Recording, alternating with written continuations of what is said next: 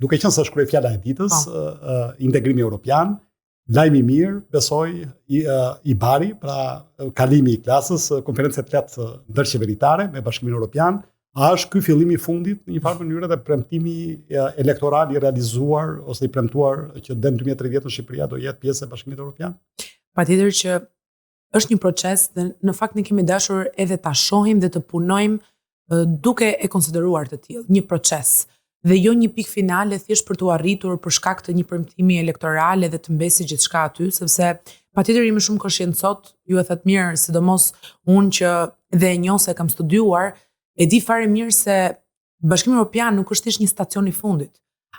Edhe me antarësimin atje nis sërish një kalvar i gjatë për të arritur standardet edhe për të mbajtur ato kritere dhe ato kushte të cilat patjetër në letër një vend antar mundet i ketë realizuar më parë. Ne sot jemi në fazën ku Shqipëria po bën shumë mirë detyrat e shtëpisë, kryesisht në letër, dhe tani ne kemi përpara vetes një sfidë jashtëzakonshme për atë të praktikës.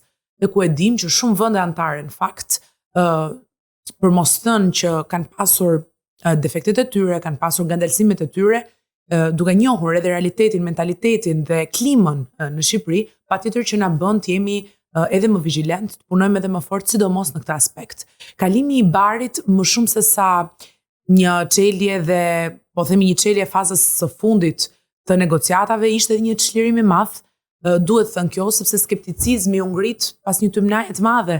Thashë themer se diku kishte ngecur procesi, vende antare të caktuara të Bashkimit Evropian, cilët do duhet ta kalonin i barin për Shqipërinë, donin të merrnin kohën e vet në një afat të pacaktuar, ndaj patjetër krijoi edhe një lloj efekti negativ edhe tek njerëzit. Unë arrija ta ndjeja edhe në takimet e mia të përditshme. Duhet të jemi shumë koshient që në Shqipëri çdo kush flet për Bashkimin Evropian, çdo kush po e pret Bashkimin Evropian dhe njerëzit janë të angazhuar për këtë, të paktën në diskursin e tyre.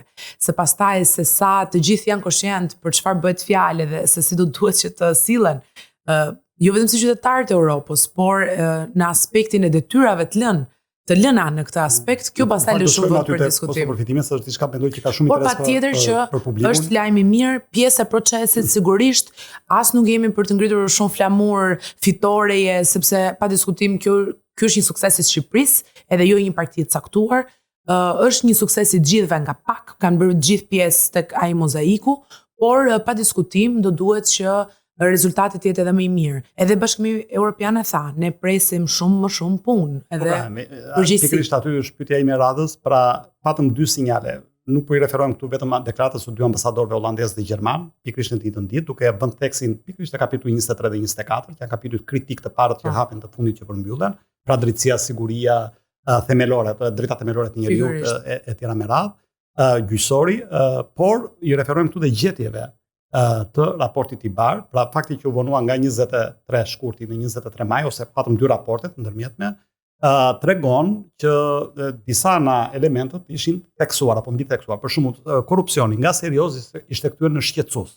Ishte një sinjal, duhet analizuar dhe gjuha diplomatike që përdoret në këto raporte. Të dyti ishin 3 pika që prisnin për drejtësinë.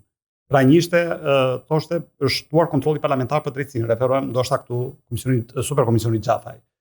Një tjetër pikë ishte, pra shikoj në mënyrë kritike kjo gjë. Thuaj që duhet të respektohen vendimet e gjykatave dhe rekomandimet e Komisionit Venecias lidhje me imunitetin. Pak a shumë e përshtim të emrit bëhet fare qartë se për kë është fjala. Së treti thuaj që është rritur ndikimi politik mbi organet e drejtësisë ose trysnia politike mbi organet e drejtësisë. Dhe këto janë për të hequr vëmendjen, për të tërhequr vëmendjen që këto pika duhen reflektuar. Ekonomia nga një pikë ishte më parë është shtuar në disa pika, 9 pika, të cilat janë shumë të rëndësishme. Kriteri i dytë i Kopenhagenit në lidhje me kostot që qytetarët shqiptar do përjetojnë. Për shembull, një raport i fundit i dhomave të biznesit tregonte që vetëm 15% e bizneseve shqiptare janë në gjendje të përballojnë trysninë nëse do futeshin Bashkimin Evropian nesër, dhe këto janë kryesisht të prodhimit, pra produse, biznese produse. Ne kemi kryesisht shërbimi, pra e kemi ekonominë të orientuar ndryshe. Pra të gjitha këto pika janë ato që ju thatë, detyrat e shtëpisë, të cilat fillojnë tani.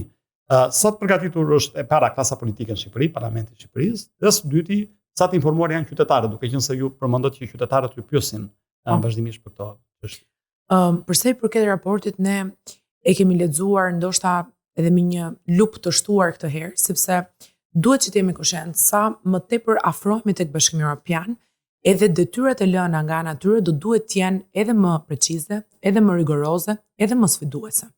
Dhe patjetër që kur shkon drejt fundit, do duhet që dhe gjuha e përdorur në raporte të jetë jo vetëm teknike, por pa diskutime dhe me mesazhe akoma më të qarta. Unë mendoj që jemi angazhuar tërësisht si parlament, sidomos me projekt rezolutën të cilën e votuam të dyja palët, që gjithçka referohet të mundet që ta marrim si angazhim për ta përmirësuar. Unë dua ta besoj sot, profesor, që të dyja kampet, majtas dhe djathtas, nuk kanë asnjë rezervë ndaj Bashkimit Evropian dhe ndaj rrugës tonë për të shkuar atje. Për ti diskursit politik dhe patjetër çfarë i duhet më shumë për të thënë dhe për të vënë theksin e majta dhe e djathta do ketë diferencat e veta, ama fokusi jon dhe objektivi për të shkuar drejt Bashkimit Evropian, kjo nuk ndryshon.